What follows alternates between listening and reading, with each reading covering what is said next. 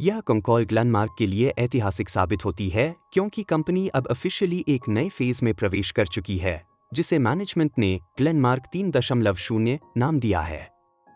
ISP 2001 आउटलाइसेंसिंग deal के बाद balance sheet पूरी तरह ट्रांसफॉर्म हो चुकी है और ग्लेनमार्क अब हाई ग्रोथ, हाई मार्जिन और डेट फ्री फ्यूचर की ओर बढ़ रही है। सबसे पहले Q2 FY26 के कंसोलिडेटेड परफॉर्मेंस पर नजर डालते हैं। ग्लेनमार्क की Q2 FY26 कंसोलिडेटेड रेवेन्यू 60,469 रुपए करोड़ रही, जो ईयर ऑन ईयर 76% की शानदार ग्रोथ दिखाती है। H1 FY26 में रेवेन्यू 93,113 रुपए करोड़ रही, जो युवाए 39% ग्रोथ है। यह jump largely ISP 2001 deal income के कारण है, लेकिन मैनेजमेंट ने बार बार स्पष्ट किया कि कोर बिजनेसेस भी स्टेडली ग्रो कर रहे हैं। चेयरमैन ग्लेन सल्दाना ने इस क्वार्टर को ग्लेनमार्क के 25 साल के सफर में सबसे डिसाइसिव टर्निंग पॉइंट बताया। इंडिया बिजनेस की बात करें तो Q2 FY26 में रिपोर्टेड नंबर्स वीक दिखते हैं, लेकिन मैनेजमेंट ने इसे वन टाइम डिसरप्शन बताया। अगस्त में GST रेजीम चेंज अनाउंसमेंट के कारण डिस्ट्रीब्यूटर्स ने इन्वेंट्री शार्पली रिड्यूस कर दी, जिससे प्राइमरी सेल्स पर असर पड़ा। हालांकि सेकेंडरी सेल्स के हिसाब से ग्लेनमार्क ने इंडियन फार्मा मार्केट को आउट परफॉर्म किया, जहां ग्लेनमार्क की ग्रोथ 10.8% रही, जबकि ओवरऑल मार्केट ग्रोथ 6.4% थी। मैनेजमेंट का क्लियर गाइडेंस है कि Q3 FY26 से इंडिया बिजनेस फिर से 150-200 करोड़ क्वार्टरली रन रेट पर लौट आएगा और FY27 में इंडिया रेवेन्यू 4,800 रुपए करोड़ से ऊपर रहने की उम्मीद है। थेरेपी वाइज ग्लेनमार्क इंडिया की पोजीशनिंग मजबूत बनी हुई है। डर्मेटोलॉजी, रेस्पिरेटरी और कार्डियक सेगमेंट्स में कंपनी टॉप 3 रैंक्स में बनी हुई है। ऑन्कोलॉजी पोर्टफोलियो भी तेजी से स्केल अप हो रहा है। तेविम्बरा और ब्रिकिंसा जैसे इनलाइसेंस्ड ऑन्कोलॉजी प्रोडक्ट्स का इनिशियल अपटेक काफी स्ट्रॉन्ग रहा है और मैनेजमेंट को अगले 2-3 साल में मीनिंगफुल कंट्रीब्यूशन की उम्मीद है।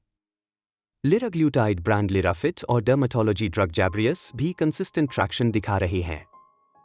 कंज्यूमर केयर बिजनेस में कैंडिड और scalp brands double digit secondary growth दिखा रहे हैं।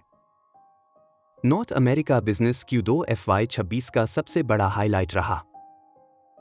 Q2 में नॉर्थ अमेरिका रेवेन्यू 44,656 रुपए करोड़ रही, जबकि लास्ट ईयर सेम क्वार्टर में यह 7,405 रुपए करोड़ थी। ISP 2001 इनकम को एक्सक्लूड करें तो भी को US बिजनेस ने 7.4% ग्रोथ डिलीवर की। ग्लेनमार्क अब इंजेक्टेबल पोर्टफोलियो और रेस्पिरेटरी जेनेरिक्स पर फोकस्ड स्ट्रैटेजी अपना रही है। Q2 में माइकाफंजिन और एरिब्यूलिन इंजेक्शंस लॉन्च हुए और मैनेजमेंट का प्लान है कि हर क्वार्टर 3-4 लॉन्चेस किए जाएं। FY27 में मॉनरो प्लांट और मल्टीपल FTF अपॉर्चुनिटीज से US बिजनेस और स्ट्रॉन्ग होने की उम्मीद है। यूरोप ऑपरेशंस ने Q2 FY26 में 8.5% ग्रोथ दर्ज की और ब्रांडेड रेस्पिरेटरी पोर्टफोलियो वहां की ड्राइवर बना हुआ है। रायल्ट्रिस और विनलेवी जैसे प्रोडक्ट्स यूरोप में मोमेंटम पकड़ रहे हैं और मैनेजमेंट को H2 में डबल डिजिट ग्रोथ की उम्मीद है। इमर्जिंग मार्केट्स में जियोपॉलिटिकल इश्यूज के कारण शॉर्ट टर्म सॉफ्टनेस रही, लेकिन रशिया, APAC और सिलेक्टेड लतम मार्केट्स में ब्रांडेड रेस्पिरेटरी प्रोडक्ट्स अच्छा परफॉर्म कर रहे हैं। इनोवेशन और IGI पाइपलाइन इस कॉल का सबसे ट्रांसफॉर्मेशनल हिस्सा रहा। ISP 2001 डील के तहत ग्लेनमार्क को $700 मिलियन अपफ्रंट पेमेंट मिल चुका है और फ्यूचर माइलस्टोन्स मिलाकर टोटल डील वैल्यू 1.9 बिलियन तक जा सकती है।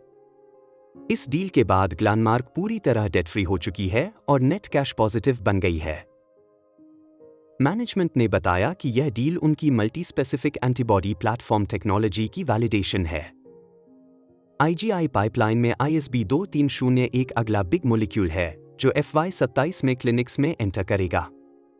इसके अलावा 3 और मल्टी स्पेसिफिक प्रोग्राम्स डिस्कवरी और प्री क्लिनिकल स्टेजेस में हैं।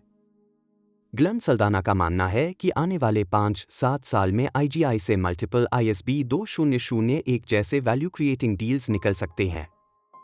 IGI को अगले 3 साल के लिए 70-75 मिलियन एनुअल फंडिंग ऑलरेडी ईयरमार्क्ड कर दी गई है। फाइनेंशियल डिसिप्लिन और गवर्नेंस सुधार भी ग्लेनमार्क 3.0 का कोर हिस्सा है। लेगेसी प्रीकलेक्शन प्रैक्टिसेस डिसकंटिन्यू कर दी गई हैं, प्रोविजनिंग नॉर्म्स टाइटन किए गए हैं और balance sheet clean up complete हो चुका है।